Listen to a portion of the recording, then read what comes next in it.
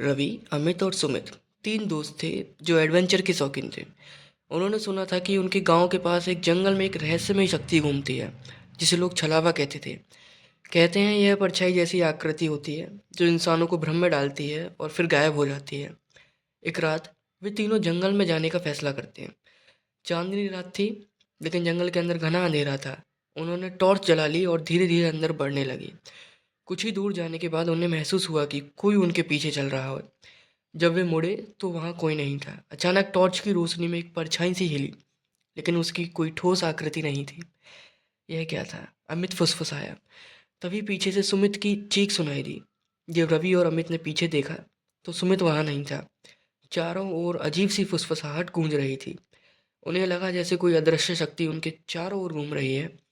अचानक एक हल्की हंसी सुनाई दी, ना ज़्यादा तेज ना ज़्यादा धीमी।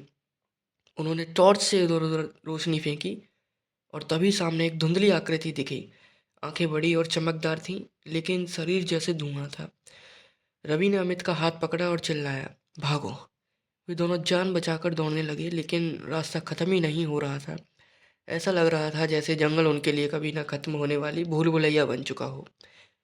पीछे मुड़कर देखा तो वही परछाई उनके पीछे आ रही थी। तभी अचानक सब कुछ शांत हो गया। चारों ओर अंधेरा था। जब उन्होंने फिर से टॉर्च जलाने की कोशिश की तो बैटरी खत्म हो चुकी थी।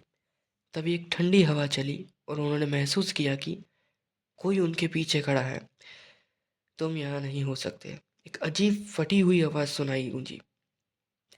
वे दोनों जोर से चिल्लाए और बेहोश हो गए। जब होश आया तो वे गांव के पास वाले कुएं के पास पड़े थे, लेकिन सुमित सुमित कभी नहीं मिला।